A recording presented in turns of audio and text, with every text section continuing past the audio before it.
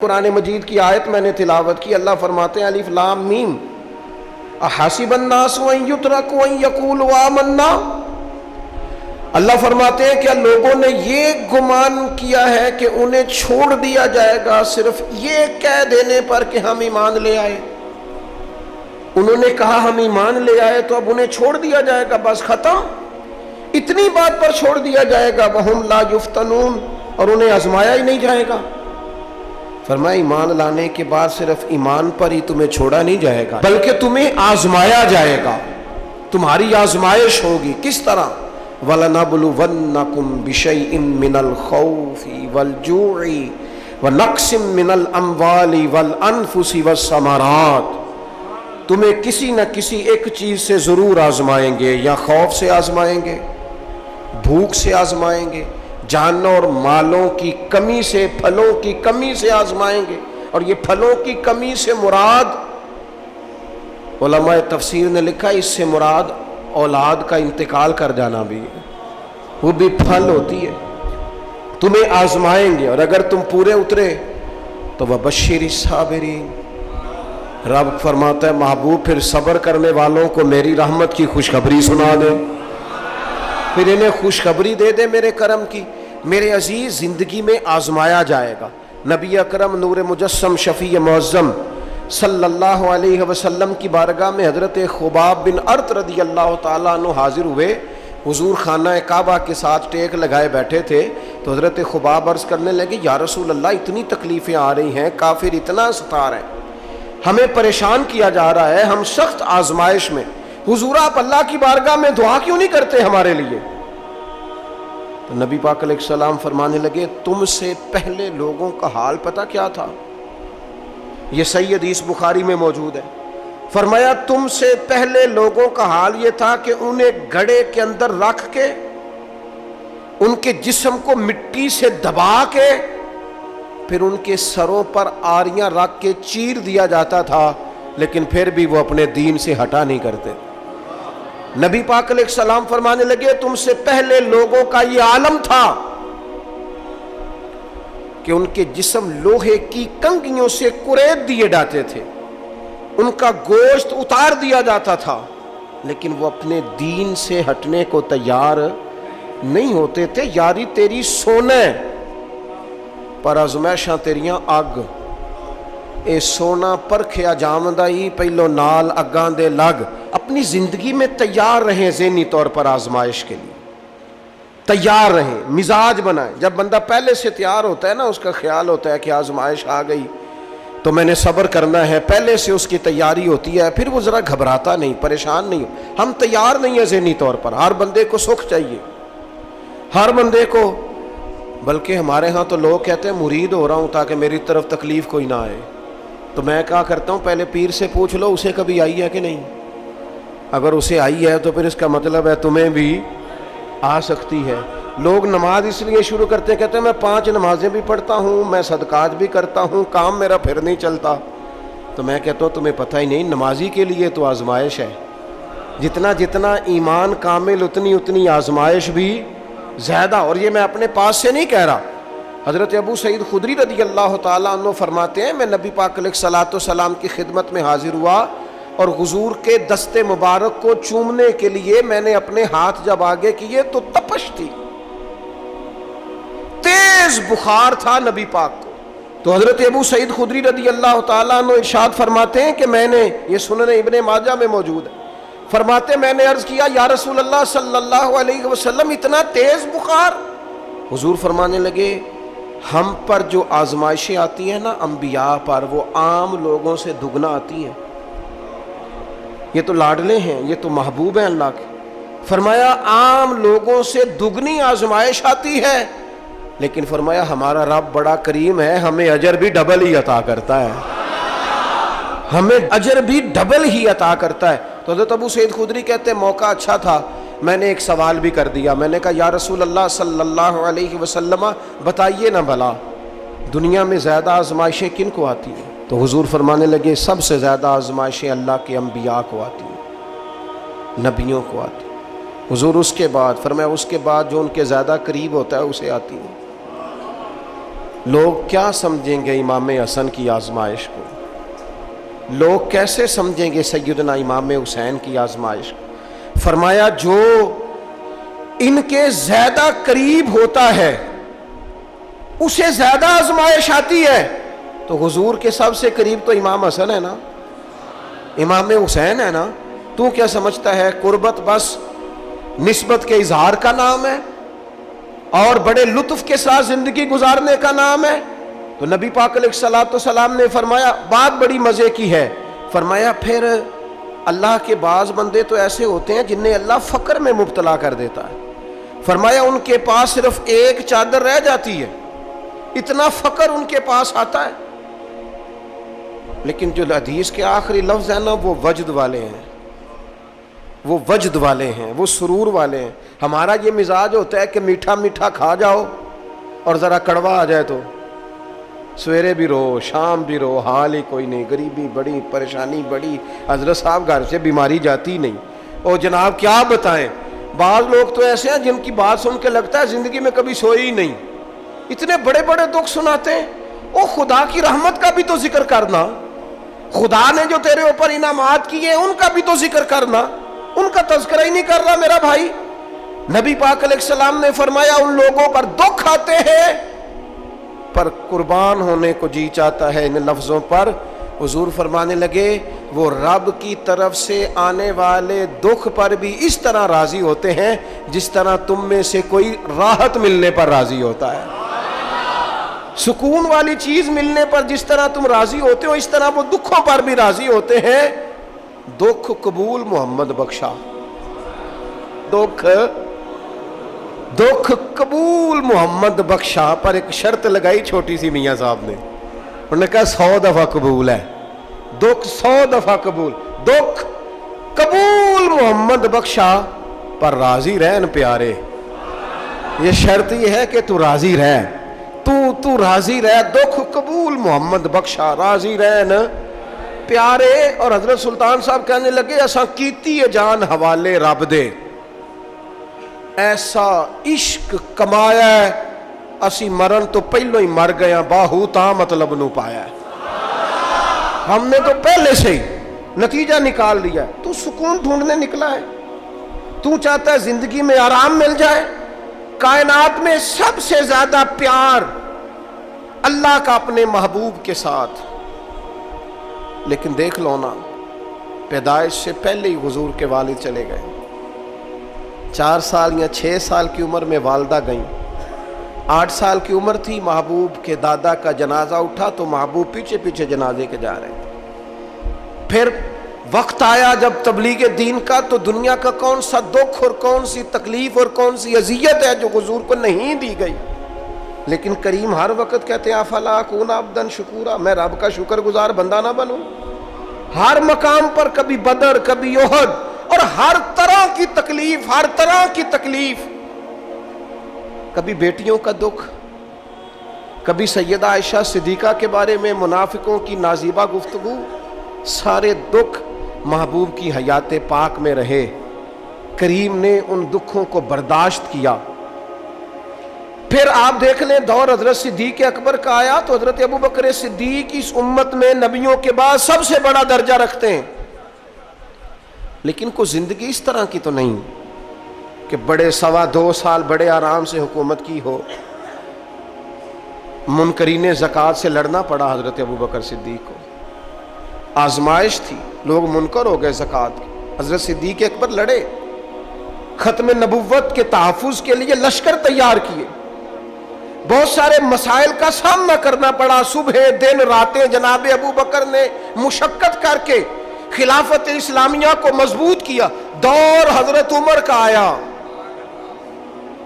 ساری دنیا مدینہ منورہ میں اندر سے دروازے بند کر کے سخت گرمی میں سوتی ہے، اور جناب عثمان غنی کہتے ہیں کہ میں نے فاروق اعظم کو 60 سال کی عمر میں دیکھا کہ مال غنیمت کے 2 اونٹ دوڑ گئے تو عمر بھاگے جا رہے ہیں، ان اونٹوں کو لے کے آ رہے ہیں. اور میں کہتا ہوں جناب آپ آرام کرتے، ساری دنیا سو رہی ہے. فرمایا سویا کرتا تھا کبھی خلیفہ بننے سے پہلے. عمر کسی غلام کو کہہ دیتے، چونکہ پیار تھا نا، یارانہ تھا نا، حضرت عثمان بڑی محبت سے کہتے ہیں امیر المومنین کسی غلام سے کہتے ہیں اگر مال غنیمت کے اونٹ چلے گئے تھے تو لے آتا. تو حضرت عثمان کے کندھے پہ ہاتھ رکھ کے جناب عمر رو پڑے. کہنے لگے یار یہ حضور کے دین کی امانت بڑی ذمہ داری ہے. لے او سجنا اساں توڑ نبھائی اساں جان بھی دتی تیرا تیرے. یہ بڑی ڈیوٹی ہے, یہ بڑی ذمہ داری ہے.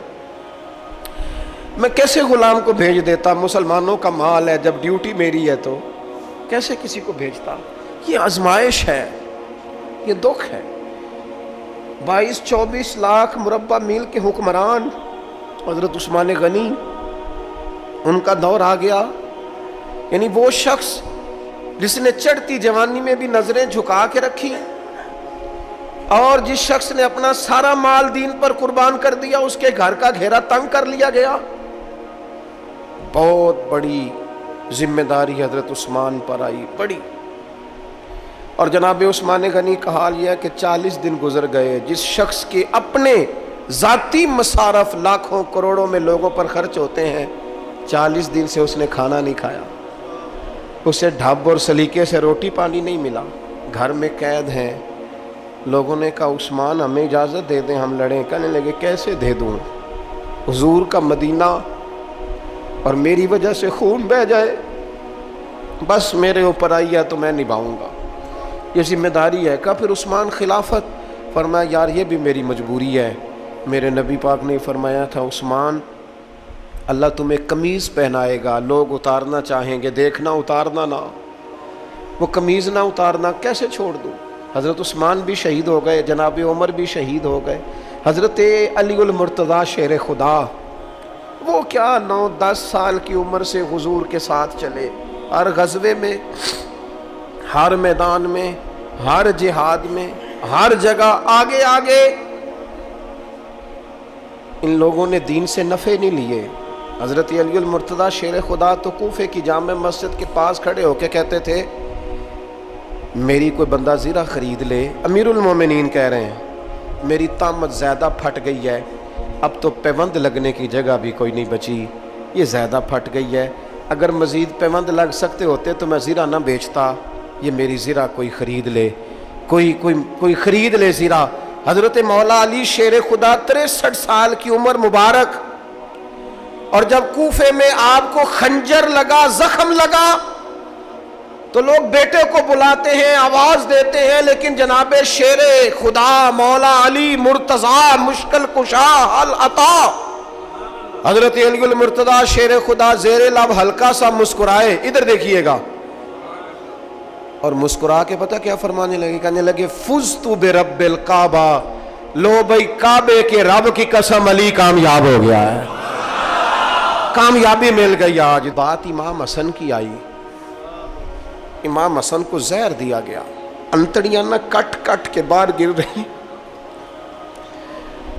اس شہزادے کی جس نے حضور کی گود میں عمر گزاری, محبوب کے کندھوں پہ رہنے والے حسن ابن علی, جناب امام حسین حاضر بارگاہ ہوئے تو ہاتھ پکڑ کے بھائی کا چوم کے رو پڑے. بھائی پیارے بھی تو بڑے ہوتے ہیں نا, بڑے پیارے ہوتے ہیں. اور ان لوگوں کا منصب بڑا انوکھا ہے, شدید تکلیف ہے. تو امام حسین کہتے ہیں میرے بھائی حسن بتائیے آپ کو زہر کس نے دیا؟ رو کے پوچھتے ہیں. بھائی کا ماتھا چوم کے امام حسن رو پڑے, کہنے لگے حسین میری مجبوری ہے, میں تمہیں نہیں بتاؤں گا. کہا کیوں؟ فرمانے لگے اس لیے کہ اگر وہ نہیں جس پر مجھے شک ہے تو پھر کسی بے گناہ کا نام کیسے لے دوں, اور اگر وہی ہے نا جس پر مجھے شک ہے تو پھر میں تمہیں نہیں بتاؤں گا. میرا رب بڑا بہتر انتقام لینے والا ہے, پھر بھی نہیں بتاؤں گا. کیا کروں, کیسے بتا دوں؟ مصطفیٰ کا نواسا ہوں میں, پردے ڈالنے والی ماں کا بیٹا, میں شیر سے زیادہ جگر رکھنے والے علی کا پتر, میں کیسے بات کر دوں؟ بس زخم پہ زخم کھا کے جی, خونے جگر کے گھونٹ پی, اور سجنا آہ نہ کر لبوں کو سی. یہ عشق ہے کوئی دل لگی نہیں. میرے نبی پاک صلی اللہ تعالیٰ علیہ وآلہ وسلم نے ارشاد فرمایا، اللہ تعالیٰ دین میں جو لوگ سخت ہوتے ہیں نا، ان پر مشکلیں بھی سخت ڈالتا ہے۔ یہ حدیث پاک آپ کو مسند امام احمد بن حنبل میں ملے گی، ابن ماجہ ترمذی میں ملے گی۔ فرمایا جتنا کوئی دین میں سخت ہوتا ہے اتنی اس کی مشکلات بھی سخت ہوتی ہیں، اور جتنا کوئی نرم ہوتا ہے اتنی اس کی مشکل بھی تھوڑی ہوتی ہے۔ حسین ابن علی بڑے سخت تھے نا دین میں، جاندار تھے نا دین کے معاملے میں، اللہ نے مشکل ڈالی۔ امام علی مقام کی باری آئی، بڑی منت کی حضرت عبداللہ ابن عمر نے، رو کے کہا حسین نہ جاؤ۔ تو امام حسین رضی اللہ تعالیٰ عنہ نے فرمایا نہیں، اب میری ڈیوٹی لگی ہے تو جانا تو میں نے ہے نا، ذمہ داری تو پوری کرنی ہے۔ امام علی مقام رضی اللہ تعالیٰ عنہ نے اس ساری مشقت کو دیکھا۔ گھر چھوڑنا بڑا مشکل کام ہے، گھر چھوڑنا، وہ جہاں انسان رہا ہوتا ہے نا والدین کے ساتھ، جہاں وقت گزارا ہوتا ہے، کبھی بندہ بوڑھا بھی ہو جائے تو خوابیں اپنے پرانے مکان کی آتی ہے۔ خواب بھی کبھی آئے نا تو وہیں گھومتا انسان اپنے آپ کو پاتا ہے۔ لیکن امام حسین نے کہا کہ بس اب وقت آیا ہے تو اب یہ چھوڑنا ہے۔ ہم نہ قربانی دیے بغیر پاس ہونا چاہتے ہیں، ہم کوئی مشقت سہے بغیر نمبر لینا چاہتے ہیں، ہم کوئی کام کیے بغیر رتبہ پانا چاہتے ہیں۔ ایسا ہوتا نہیں نا، یہ ممکن نہیں۔ آپ تاریخ پڑھیں نا انبیاء کی، حضرت نوح علیہ السلام نے 950 سال محنت کی ہے، اور میں سورہ ہود دیکھتا ہوں تو میں وہ انداز دیکھتا ہوں جس طرح کفر ان سے بات کرتا تھا۔ بڑی جدوجہد کی حضرت نوح نے، لیکن پتہ ہے دکھ اس سے بڑا کیا دیکھا؟ اپنا بیٹا ہی کافر ہو گیا۔ مالک امتحان ڈالتا ہے تو بڑے بڑے، اور حضرت نوح نے اپنے بیٹے کو ڈوبتے دیکھا، کہا مالک میرا بیٹا، فرمایا نہیں یہ تیرا ہے ہی نہیں، تیرے طریقے پر نہیں تو تیرا کیسے ہوگا؟ کسی کی نسل کہلانے کے لیے تو اس کے عقیدے پر ہونا ضروری ہے، تیرا نہیں۔ حضرت نوح نے مشقت دیکھی۔ واتخذ اللہ ابراہیم خلیلا، ابراہیم اللہ کے پیارے ہیں نا، لیکن زندگی پوری پڑھ کے دیکھ لو، ساری کی ساری مشقت مصائب سے بھری ہوئی، آزمائشوں سے لدی ہوئی۔ کبھی انہیں قوم آگ میں ڈالتی ہے، اور کبھی 86 سال عمر ہو گئی تو اولاد کوئی نہیں، اور دعا مانگ کے رب بیٹا وہ دیتا ہے جس کی پیشانی میں نور محمدی چمکتا ہے۔ اچھا پہلے دیا نہیں، اب دیا، فلما بالغا ماہ سعیا، اور جب وہ ذرا ساتھ چلنے کے قابل ہو گیا، ہر بندہ کہتا نہیں منون خیر ہے میرا پتر جوان ہو گیا ہے، جب وہ بیٹا ساتھ چلنے کے قابل ہوا تو فرمایا ذبح کرو نا ذبح۔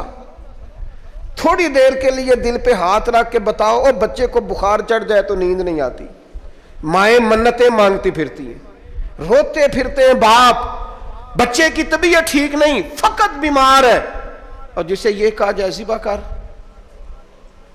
جناب ابراہیم تیار ہو گئے اور بیٹے کو ذبح کر دیا، چھری چلا دی۔ وہ تو مالک نے کہا کہ ابراہیم تم پر سلام ہو، تم نے اپنا خواب سچ کر دکھایا ہے۔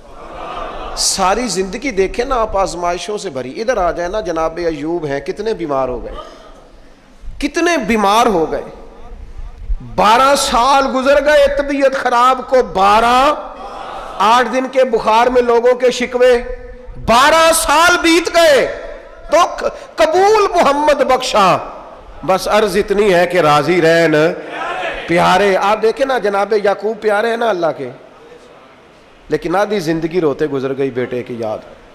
جناب یوسف پیارے ہیں نا، سونا بنا کے نا، اور باپ کا لاڈلا بنا کے نا، محبت پوری کرا کے، پیار پورا۔ یا بنی لا تقصص رؤیاک علی اخوتک فیکیدوا لک کیدا ان الشیطان للانسان عدو مبین۔ او میرے بیٹے بھائیوں سے بات نہ کرنا ورنہ وہ کچھ چال چلیں گے، شیطان آدمی کا کھلا دشمن ہے۔ اتنا دنیا میں پیارا بچہ اور اس وقت کوئی نہیں تھا جتنے جناب یوسف ہیں، پر یوسف کبھی بھائیوں کی مار کھائیں، کبھی کنویں میں جائیں۔ کریم کا کرم ہے نا، کنویں میں پھینکے تو بچا لیں، لیکن وہاں سے نکلے تو پھر وہ بکے، پھر کبھی یہاں بکے، کبھی مصر کے بازار میں بکے۔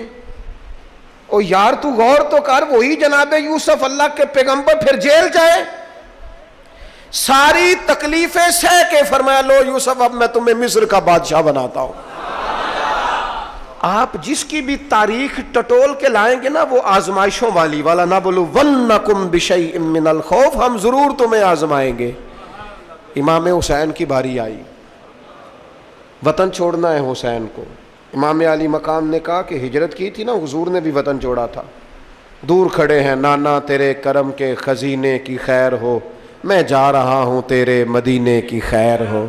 پھر حسین ابن علی وہاں سے نکلے، بچے ساتھ، ڈٹنا پڑا، بھوک پیاس، بچوں کا ساتھ، پھر بچوں کی شہادتیں، یہ ساری چیزیں انسان کو کمزور کر دیتی ہیں نا، لیکن جس کی شان بڑی ہوتی ہے اس کی آزمائش بھی بڑی ہوتی ہے۔ چھوٹی چھوٹی باتوں سے گھبرا جانے والی امت، ذرا ذرا سی بات پر پریشان ہو جانے والے لوگ، لڑکھڑاتے قدم، الجھے خیالات، بے چینیاں، بے قراریاں، بہتے آنسو اور ہر وقت مظلومیت کا اظہار کرتی قوم اگر اپنے قدموں پہ کھڑا ہونا چاہتی ہے، امت اگر پھر سے امت سازی چاہتی ہے، امت اگر کھڑے ہو کے اور اللہ کی عطا پر راضی رہ کر اپنی زندگی گزارنا چاہتی ہے، ایک ہی فارمولہ ہے، اس قوم کو امام حسین کی سیرت سے آگاہ کر دو، اس امت کو نبی پاک کے شانوں والے نواسے کی عظمتیں بتا دو۔ یہ جو لوگ سہمے سہمے، ڈرے ڈرے سے، پریشان سے، کمزور سے، غریبی کی بات کرتے، دیہاتی ہونے کی بات کرتے، سہمی سہمی باتیں کرتے، انہیں کہو ڈرو نا، وہ دیکھو پردیس میں حسین ابن علی تھوڑی دیر پہلے حضرت علی اکبر کی لاش مبارک اٹھا کے لائے ہیں اور لا کر کے خیمے میں رکھی ہے، لیکن انہیں پتا ہے کل بھی تو جانا ہے نا، انہیں پتا ہے نا کتنے کو سال جینا ہے، بالآخر جانا تو ہے نا۔ جس دھج سے کوئی مقتل میں گیا وہ شان سلامت رہتی ہے، اس جان کی کوئی بات نہیں، یہ جان تو آنی جانی ہے، موت بستر پہ بھی آ جایا کرتی ہے، لیکن جو میدانوں میں ڈٹ کے رہتے ہیں ان کو تاریخ ذرا زندہ رکھا کرتی ہے۔ کمزور زندگی نہ گزارو، ڈری ہوئی زندگی نہ گزارو، اور یہ کبھی نہ کہو ہائے حسین، ہم ہائے حسین والے نہیں، ہم واہ حسین والے ہیں۔ ہمارے بزرگوں نے ہمیں یہ سبق دیا ہے، ہم نے کہنا ہے واہ حسین۔ کیا کمال کر دی امام علی مقام نے، واہ حسین، آپ کی عظمت پہ قربان۔ اتنے سارے دکھوں کے باوجود جب شانوں والے نانا کا شانوں والا پوتا، عظمتوں والی ماں کا عظمتوں والا بیٹا، جرت مند باپ کا بیٹا میدان میں نکلنے لگا ہے تو ڈرا ڈرا، سہما سہما، رو کے، دلاسے دے کے، آنسو پوچھ کے نہیں، بلکہ امام حسین نے ڈٹ کے کھڑے ہو کے وہ امامہ سر پہ باندھا جو محمد عربی نے عطا فرمایا تھا، وہ جبہ پہنا جو نانا نے دیا تھا، وہ تلوار پکڑی جو شیر خدا مولا علی پکڑتے تھے، اور حسین میتوں کے باوجود میدان میں آئے، فرمایا سامنے کھڑے ہو جاؤ، تمہیں خطبہ دینا ہے، اس لیے کہ محمد عربی کا طریقہ ہے جمعے والے دن خطبہ دیا جاتا ہے۔ پورے وثوق سے اتمام حجت کیا، اور حسین ابن علی ایسے تو نہیں تھے کہ ڈرے بڑا تھے تو ان سے تلوار نہیں چلی، انہوں نے تلوار چلائی، جو ایک ایک دو دو کر کے آتے رہے وہ کٹتے رہے، وہ کٹتے رہے، پھر آواز ایک گونجی پیچھے سے، وہ اکیلے اکیلے کیوں جاتے ہو، تمہیں پتہ ہے علی کا بیٹا ہے؟ علی کا گھر تو وہ گھر ہے کہ جس گھر کا ہر ایک بچہ جسے دیکھو وہی شیر خدا معلوم ہوتا ہے۔ اکیلے اکیلے جاؤ گے تو تم چہرے کی روشنی نہیں دیکھ رہے، آنکھوں کی سرخی نہیں دیکھ رہے، مزاج کا ولولہ نہیں دیکھ رہے، طبیعت کا باغ پن نہیں دیکھ رہے، اور جوانی میں شہادت کی لذت سے آشنا محمد کا نواسا نہیں دیکھ رہے، ذرا مل کے جاؤ، ہاں ہاں حسین ابن علی شہید ہوئے ہیں پر شان و شوکت کے ساتھ، ہاں ہاں حسین ابن علی دنیا سے تشریف لے گئے ہیں پر عزت وقار اور عظمت کے ساتھ، ہاں حسین ابن علی کا سر کٹا ہے، مخالف نے تو اپنی طرف سے نیزے کی نوک پہ چڑھایا تھا، پر حسین کا سر بول بول کے کہہ رہا تھا دیکھ لو میں کٹ بھی گیا ہوں پھر بھی سب سے اونچا ہوں، وہ دیکھو میں سب سے اونچا ہوں، سب سے اونچا ہوں میں۔ اے حسین ابن علی، نازش آل نبی تم پر سلام، اے حسین ابن علی تم پر سلام، نازش آل نبی تم پر سلام۔ کسی نے ایک بات کی تھی، اس نے حد کر دی، اس نے کہا مورخ تو کتنا کو لکھے گا، خطیب تو کتنا کو واز کرے گا، او مصنف تو حسین ابن علی کی شان میں کہاں تک بات کرے گا، تو میرے امام کا باکپن، ان کی جرت، ان کی طاقت، ان کی ہمت، ان کا کمال، ان کا صبر، ان کی استقامت، ان کا حوصلہ، ان کی جوامردی، ان کی ہمت کتنی کو بیان کرے گا، تو رہنے دے۔ اس نے کہا پھر کیوں رہنے دوں؟ کہنے لگے حسین ابن علی کی شان رفعت کوئی کیا جانے، یہ حسن جانے۔ حسین ابن علی کی شان رفعت کوئی کیا جانے، یہ حسن جانے، یہ علی جانے، یہ نبی جانے یا خدا جانے۔ ہماری طاقت نہیں ہے کہ ہم امام علی مقام کی عظمت کو بیان کر، بس چپ کر میرے علی، ایتھے جا نہیں ہو۔ امام کا تذکرہ بندے کو جوان کرتا ہے، باہمت کرتا ہے، جینے کا حوصلہ دیتا ہے، میدانوں میں کھڑا کرتا ہے۔ وہی ہے تیرے زمانے کا امام برحق جو تجھے حاضر و موجود سے بیزار کرے اور موت کی شکل میں دکھلا کے تجھے جلوہ یار، زندگی تیرے لیے اور بھی دشوار کرے۔ اور پلٹنا، جھپٹنا، جھپٹ کر پلٹنا، یہ لہو گرم رکھنے کا ہے ایک بہانہ۔ لہذا طاقتور بنو، باہمت بنو، کربلا کے واقعے سے طاقت حاصل کرو۔ پھر کہتا ہوں ہم ہائے حسین والے نہیں، ہم تو واہ حسین والے ہیں۔ ہمارا کہنا ہے کہ واہ حسین، اے حسین ابن علی تم پر سلام، نازش آل نبی تم پر سلام۔ ہم کہہ رہے واہ حسین، واہ حسین، واہ حسین، واہ حسین، یا حسین، واہ حسین، یا حسین، واہ حسین، واہ حسین، یا حسین، واہ حسین۔ اپنے مزاج میں طاقت پیدا کرو، اپنے بچوں کو یہ قوت ارادی، قوت فیصلہ آنے والی نسل کو منتقل کریں، یہ ہمت، جذبہ۔ اور بالخصوص ماؤں، بہنوں، بیٹیوں کو بتائیں کہ رو کے نہ جیو، اس طرح جیو جس طرح حسین ابن علی کی بہن نے جی کے دکھایا۔ دربار یزید میں جناب زینب نے جب خطبہ پڑھا نا، دربار دمشق میں وہ زینب کا خطاب منبر پہ علی بول رہے ہو جیسے، انہیں کہو کہ ذرا تھوڑا باہمت وقت گزاریں، باہمت، کہیں نہیں ڈگمگائی میرے امام کی بہن، کہیں کمزور نہیں پڑی، طاقت، ہمت۔ اور انہوں نے بتلایا ہے کہ رو کے وقت نہیں گزرتا، وقت تو چھا کے گزارنا چاہیے مشکلات کے سامنے۔ میرے حضرت صاحب کا ایک شعر ہے، فرمایا کرتے تھے تجھے کیا ڈر ہو اے اختر، تیرے یاور ہیں وہ یاور، مشکلوں کو جو تیری خود گرفتار بلا کر دے۔ وہ تو مشکل کو مشکل میں ڈال دیں گے جن کو ہم نے مانا ہوا ہے، مشکل کو مشکل میں ڈال دیا جاتا ہے۔